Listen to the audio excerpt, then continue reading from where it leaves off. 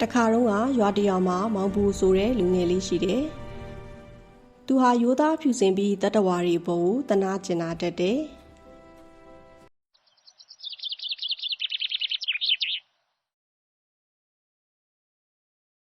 တောတွေကတတ္တဝါလေးတွေနဲ့ရင်းနှီးကျွမ်းဝင်ပြီးကြားတစ်ကောင်နဲ့လည်းခင်မင်လာခဲ့တယ်။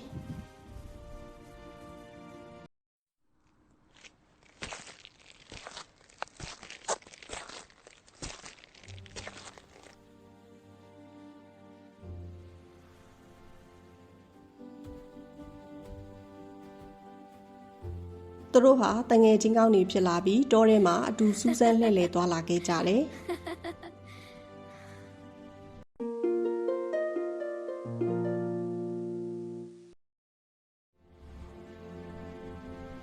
တကယ်တော့ကျောင်းမှာကအကြံစီတစ်ခုရှိပါတယ်။မောင်ပုတ်ကိုစီယုံပြီးရွာထဲဝင်လို့ရခဲ့ရင်ရွာထဲကနဘောက်ဝဝလေးတွေကိုခိုက်ဆွဲလာဖို့ပါပဲ။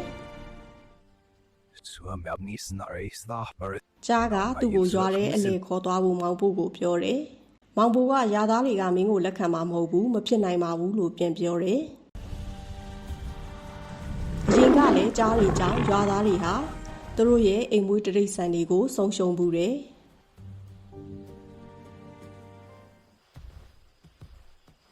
ကြားကစိတ်ဆိုးပြီးမင်းမခေါ်လဲငါဘာသာသွားမယ်လို့ပြောတယ်။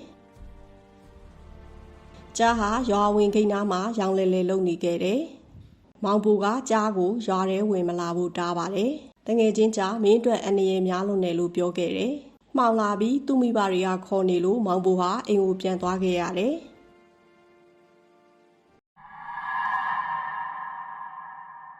အဲ့ဒီညမှာပဲကြားဟာရွာထဲဝင်လာပြီးနဘောက်လေးတစ်ကောင်ကိုဆွဲချီပြေးခဲ့တယ်။ This is so annoying. It's really frustrating. မနေ့ရောက်လာတဲ့အခါရွာသားတွေဟာကြားရဲ့အန်ဒီကိုတီးသွားပြီးကြားကိုဖမ်းဖို့ထောင်ချောက်ကြီးတစ်ခုပြုလုပ်ခဲ့တယ်။မောင်ပုရဲ့ပြောစကားကိုနားမထောင်တဲ့ကြားဟာနောက်ညမှာလည်းရွာထဲကိုဝင်လာပြန်တယ်။ဒီတစ်ခါမှာတော့ရွာသားတွေရဲ့ထောင်ချောက်မှာမိသွားပါတော့တယ်။ It's too dangerous to let it out. We must keep it caged for now. Everyone agrees? ရွာသားတွေကကြားကိုလှောင်ချိုင်ထဲမှာပဲပစ်ထားလိုက်ဖို့ဆုံးဖြတ်လိုက်တယ်။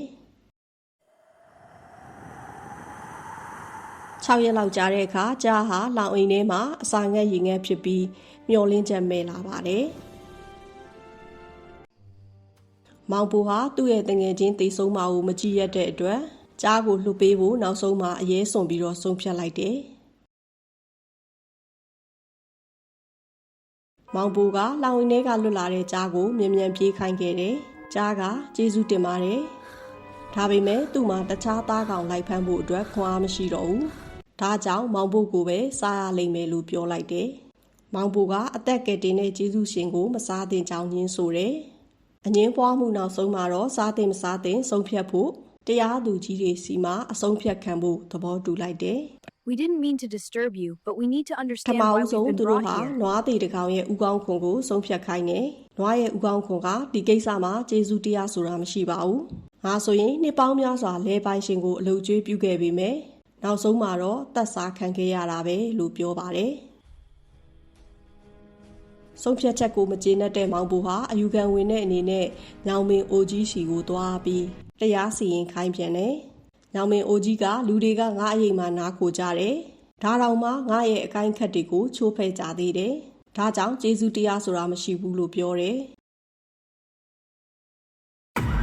ကြားကဒီဆုံးဖြတ်ချက်ကိုကြားတဲ့အခါဝမ်းသာအားရနဲ့မောင်ပိုးကိုစားဖို့ပြင်လိုက်တယ်။ဒီအချိန်မှာယုံလေးတစ်ကောင်ရောက်လာပြီးဒီကိစ္စကိုတရားမျှတအောင်သူဖြေရှင်းပေးပါမယ်။ဆုံးဖြတ်ခွင့်ပေးပါလို့ပြောတယ်။ကြားကလည်းအင်အားနည်းတဲ့ယုံကလေးကိုကြည့်ပြီးသဘောတူလိုက်တယ်။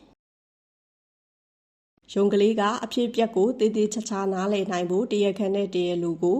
ဖြစ်ပျက်ခဲ့ပုံကိုပြန်တရုပ်ဆောင်ခိုင်းတယ်။ကြားကိုလောက်အိမ်နဲ့ပြန်ဝင်ခိုင်းပြီးတကားပိတ်ပြီးမှမောင်ပုတ်ကိုပြန်လွှတ်ပြဖို့ပြောတယ်။